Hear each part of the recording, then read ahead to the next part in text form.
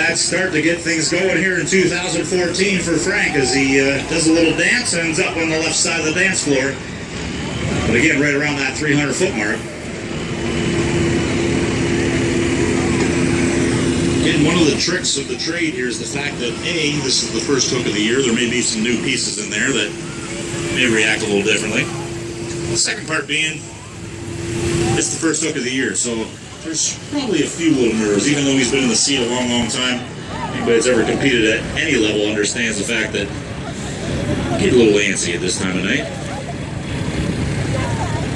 Frank doing a good job, as I mentioned, pretty much straight down the track there, got her squared up, heading in the right direction. Gonna keep the hook, that's good news. So far, so good. Again, I mentioned that laser earlier. It is a reflective device, obviously, and with the sun setting here, it takes sometimes a little bit just to make sure we get the right reading. That's why they're holding Craig up down the end there to make sure that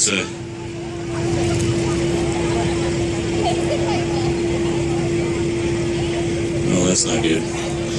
Now I see people looking. Maybe there's more to it than just the measurement. But anyway.